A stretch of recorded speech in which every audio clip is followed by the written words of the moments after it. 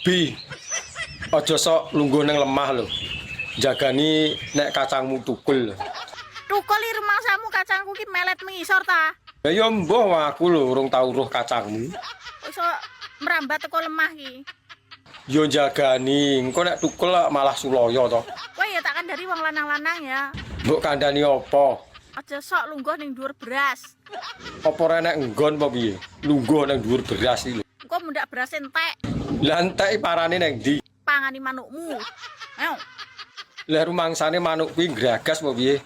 Ora yo delogok jaran.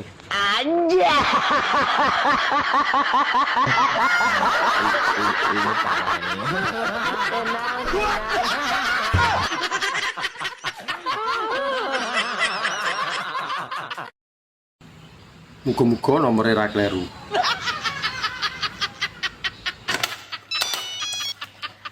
Halo, assalamualaikum. Waalaikumsalam. Selamat pagi. Ada yang bisa saya bantu? Leres niki kalih Bu Tania. Ya, Nyapa? Rinyo tak omong. Nyapa? Tibake nyusoni bojo saurunge turu manfaate janemu akeh. Mosok apa ya? Oh, ning wajahi tambah wayu. Mosok. Dadi awet enom. Terus Apik nggo kesehatan jantung. apa neh? Mencegah kanker payudara. Apa neh? Mencegah penyakit paru-paru. Terus Menghilangkan stres. yo Menurunkan berat badan. jonekno. Yo engko to ya. Joto selara betah. Engko ae ya. Joto Engko. jajal. Engko ae sik turu-turu gitu. Saya orang Surabaya, kamu orang Jawa Tengah. Nah, kowe wong Jawa Tengah, moko Corone awakmu iku lek cara nggon aku kon. nggonku kowe. Saiki cara bosokno Surabaya lho. Oke no. Kowe to le sing gedhe. Ayo. Kon. Ayo. Ngonoan iki, Bos. Kowe iso apa ora? Iso ta, Gak? Aja ngaku pinter nek kowe ora iso. Kon. Kowe to le sing gedhe, ayo njajal. Bosokno Surabaya. Jawa Tengah iki kowe tole sing gedhe. Ayo. Nah, Surabaya kuwi kok Jawa Tengah iki kowe tole sing gedhe. Nak Surabaya ki Ayo. kon Ayo iso apa ora kowe? kon Dek, apa jadinya kalau buaya darat ketemu sama buaya betina? Buaya darat butuh sandaran, sedangkan buaya betina butuh hiburan. Ada lagi? Buaya darat takut kehilangan, sedangkan buaya betina takut ketahuan. Apa lagi? Sudah aku mau kabur. Kok kabur? Yang nonton ada yang tersinggung.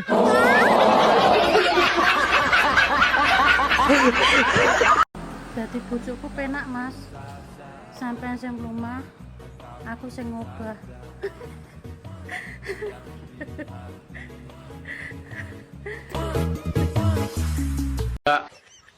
Aku mbok silono duit to. Ora akeh, mur 1 juta. Kok nek kirane ra iso balekne aku ra binen. Tuman. Tuman piye to? Tare yo butuh kok. Wis angel tuturane. Aku iki wonge menak. Menggono gak enek jaminan liya to saliyane manuk ngono. Lah piye to? Lah wong kuwi lho barang berharga rumangsamu. Oh, rumah saku ndek biyen sunate larang lho yo. Wong tuane mbandani tenan. Nyewa son. Panganane akeh. So manuk dimurahno dinyah-nyohno ni piye lan? Lah arep piye meneh tarah kepepet to. Dek ingi enek bocah ganti penggawean pengen dadi LC. Gak yo adol manuk. Lah terus duwene yo kuwi lho. Saiki enek wong ganti dhuwit golek utangan dibayar manuk. Lah gelem apa ora omonge.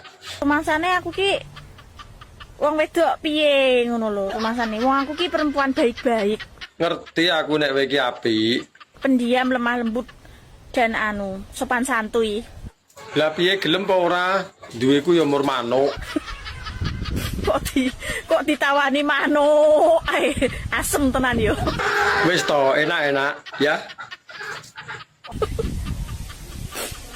Mbah. Nggih, nek sego nggih segane jendela. Mriki jendela. Cendilo.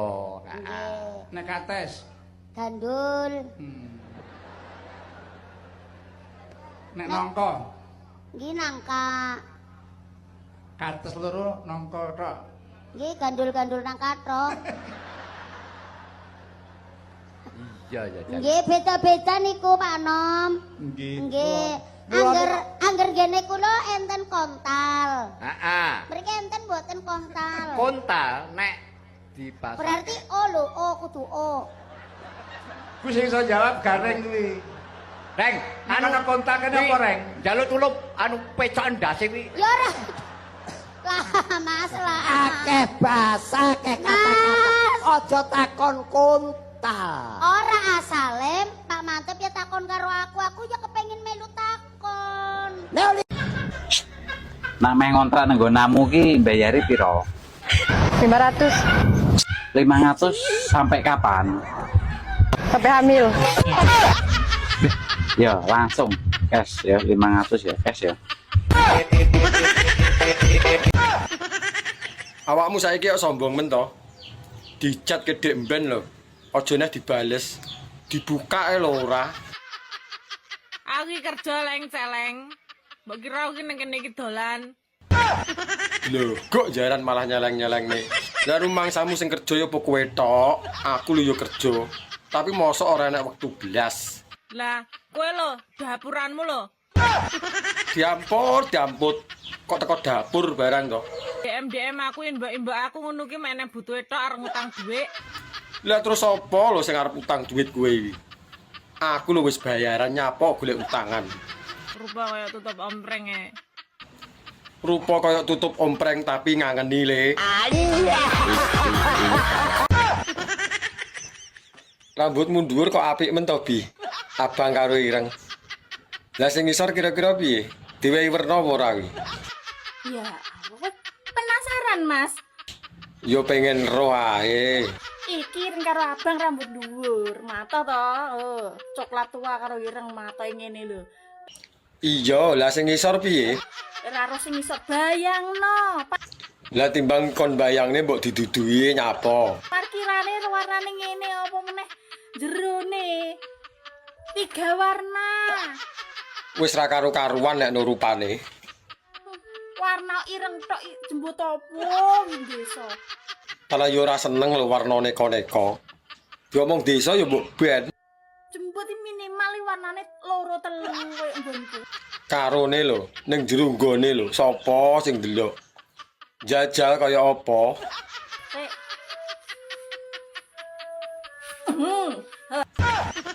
Lho kok jaran? Lah wi pirang tahun kok ngantek gimbal iki. Iki 15 tahun urung tak cukur, Mas. Telung warna, Mas, hitam, putih karo abang. Panganan jembut arek nggo apa? Didol ya ora payu e. Iki ya, triple. Apik iki akeh gunane kowe nek kesel nggawa rono rene ya. Nek mbok sampirno. Iki nek kowe gak duwe pel-pelan yo nek mbok ngelapi, Mas. Jembut kok ngantek gimbal ngono kuwi arep mangane ora doyan. Ancok anjene.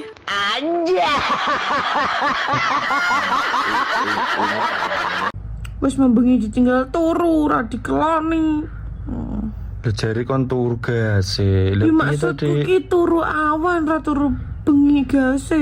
Turu awan piye to? Ya turu sore aja bengi. Bengi kan aku ditinggal turu. Lha membi tak keloni no kok. Ah, nara tak gugah ya rambut keloni kok. Lah karep njaluki sing kepiye? Yo, gak juga aja gasik-gasik turune, tapi engko bengi aja bengi-bengi le turu. Nah, aku wis turu awakmu ya kudu turu. Ngono kok ngono lho, menange dhewe ngono kok. Ya ora aku mbok tinggal turu rambut demek, rambut los-los. Lah mbok yo ngomong nak pengen ki. Lah aku wis ngodo-ngodo ora peka. Ngodo-ngodo piye lho ora ngomong kok ngodo-ngodo tok. Demek-demek lho. Demek-demekmu iki. Wis saiki yo. Pokoknya sesuk wis ora usah melu senam, ora usah payapan-payapan karo cah kae. Aku ora seneng. Wong wedok iki mbok betah ning omah sing jenak ngono. Umban yo akeh, bisa-isan yo akeh, men payapan wae. Janjane nyato omah-omah apa ora? Ngono kok dirungokke, kupinge dirungokke. Nyonya, aku minta naik gaji. Kenapa mesti seanakan gaji kamu? Lagian kamu kerjanya malas. Ada 3 alasan Nyonya. Pertama, saya membersihkan rumah lebih bersih dari Nyonya. Siapa yang bilang? Tuan yang bilang. Awas dia. Kedua, saya masak lebih enak dari Nyonya. Siapa yang bilang? Tuan juga yang bilang. Dasar dia. Ketiga, saya diranjang lebih hebat dari Nyonya. Apa? Tuan yang bilang juga? Bukan Nyonya, si Rasid, supir Nyonya yang bilang. Katanya Nyonya kurang hebat diranjang. Kamu minta naik gaji berapa? Kita bicarakan ya.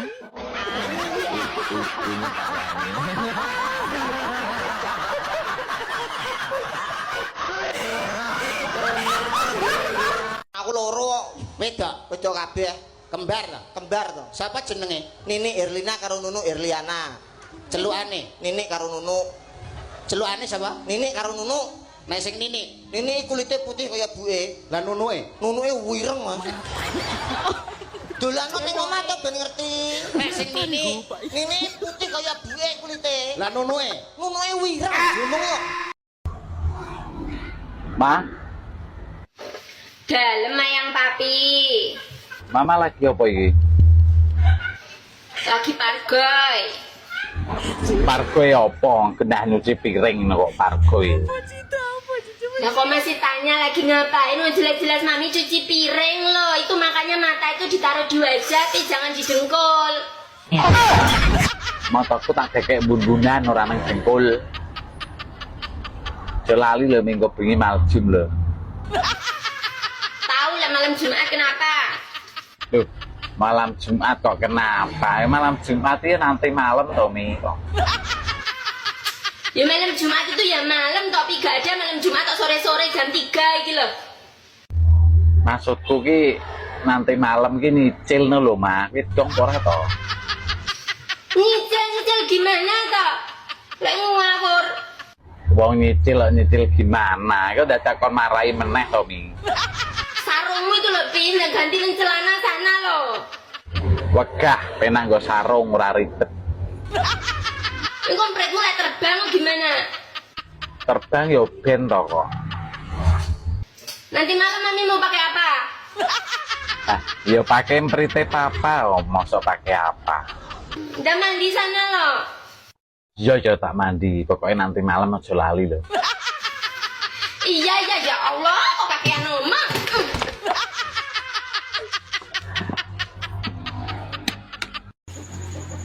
Mangan telo lawe bekecot. Aja gelem rondo wis ora nyokot. Mangan tape ning dhuwur kloso. Sing tak cokot apane mlebu ae ra krasa. Tuku celana cacahe 5. Piye kon krasa wong nggonmu amba? Mangan pete ngombene es. Mok gede katoke jerone kempes. Mangan kates dicampuri nangka. Piye ra kempes wong urung dienggo ngumpul. Emang kamu pernah ngasih aku apa? Coba sebutkan satu aja. Manuk sak ndok-ndoke ya, yang udah kamu berakot sampai telur aku hilang 1. Itu aja kamu udah lupa. Kamu buta ya? Aku nggak buta loh ya. Lebih baik kamu buta selamanya. Jadi kamu nggak rakus ya. Jadi gak usah telepon lagi ya. Aku nggak pernah nelpon. Enggak telepon gimana? Orang kamu telepon terus pagi, siang, malam sampai ketahuan istri aku. Istri aku sampai marah berat hingga dia gak mau dikeloni lagi sama aku. Itu gara-gara kamu. Kita tinggal bikin anak aja, kita atur jadi keluarga baru. Orang kalau ngomong asal jeplak, emang gampang bikin anak, bikin keluarga baru. Aku udah loyo ngatasin kamu, aku udah gak kuat. Kamu mintanya macem-macem, kamu minta perlakuan yang aneh-aneh. Diperlakukan kayak gitu. Lah yang minta gaya berdiri, gaya nungging, gaya tengkurap, gaya terlentang, gaya kodok, itu kan kamu. Lah aku nggak kuat lagi, nggak sanggup lagi ngatasin kamu. Kamu terlalu agresif, tau nggak? Dah sekarang kamu minta apa? Kamu maunya apa? Bunuh diri. Nggak usah bunuh diri ya. Kamu udah banyak berbuat dosa ya. Jadi kamu belum sempat bertaubat. Maka dari itu kamu mulai sekarang bertaubatlah ya. Sebelum ajal menjemput. Makanya kasih sayangin, jangan cuma buat anak. kasih sayang itu hanya untuk anak dan istriku, bukan buat kamu ya. Jadi lupakan saja hubungan kita. Biarkan hubungan kita ini ya menjadi kenang-kenangan buat kita berdua. Terima kasih kamu sudah memberikan apem yang tebal manis legit buat aku. Ternyata apemmu itu enak ya, gurih. Ya jadi terima kasih. Jadi mulai sekarang kamu jangan cari aku lagi. Oke?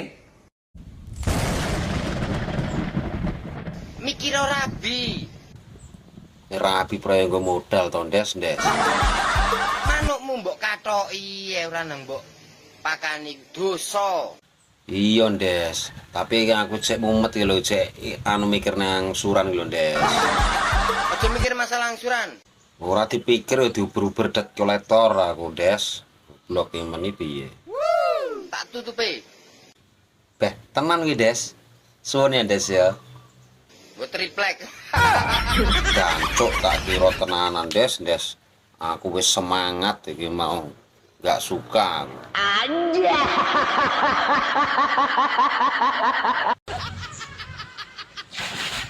Alise jan kawandel. Ndah neo kalane pura njumbrung iki. Wokeh sukete. Taro celutak iki. Lah nek ora celutak ya duduk wong lanang. Ya mbah. Wong kowe wis tuwek ya pikir dhewe. Mbah piye to? Lah wong sing duwe lho kowe. Saiki bayangno. Lah kok megahi men kon bayangne. Nek parkirane ketel apa neh terminale ngono lho. Berarti luwih nemen lho terminale. Kaya alas. Tapi Mas yo ngono aku perawatan. Lah wong barang ndelik lho, dadak anggo perawatan barang. Perawatan apa? Nganggo krim, semprot aroma lavender. Ben apa dadak disemprot barang. Ngentek-ngenteki ragat. Ora kaya ngono mbok beno geong-geong apek abu-abu ngono kuwi ya. Cara sing apek kuwi lho sing ngangeni. Ngono-ngono ndah mbok goleki, mbok endusi, mbok ambungi. Kan kadang kala Mbok rewangi tukaran karo wong, gelut karo kanca, ngentekno dhuwit, ngentekno bondo. lah kok kurang gayan men ngelabui dalan uyuh direwangi gelut. Prei Macem-macem kowe. sak macem ae to. Kok bingung barang semak-semakku ki? Pengen roh. Apa mbok iwangi ngelabang ta? Hah? Ngono ya ora apa-apa. Mumpung aku nganggur. Rene nek apa mbok iwangi ngelabang? Rene. Saiki to. Bocah kok celutak dedakan. Kan wis diomongi to mau. Nek ora celutak kuwi lho duduk wong lanang. Anja. Ih. Nyapa kok gampang nyapih bocah umur 6 tahun daripada nyapih bapake. Yo iya to. Lah kok iso ngono? Bocah umur 6 tahun iki bar disapeh bocah lali. Dolanan dhewe pinter, gak usah mik-miken. Nek nyapeh bapake lak bahaya. Lah bahayane nggo ndi? Nek sampe mik wong liya. Ya ora apa-apa nek padha karepe. Anja. Cangkemmu karek gawe uslak-usluk metu mbakmu. Ngene iki panggasane wedok harus dadi gedibal. Allah, dhewe gayer-gayer.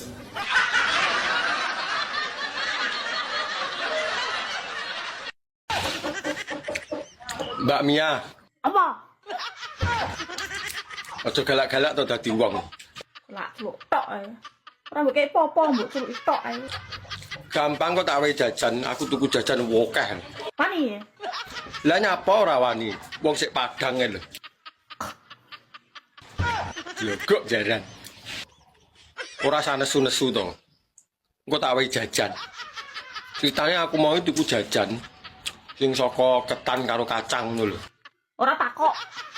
Ngerti aku nek ora tekok, kita omongi. Lah jare bakul iki jajane jenenge turuk bintul. Tapi pas tak pangan ora enak turuke. Sik, Jim, tak golekno amper ndas. Sik, ngendi mah. Piye to jane iki? Jajane turuk bintul ya. Iya.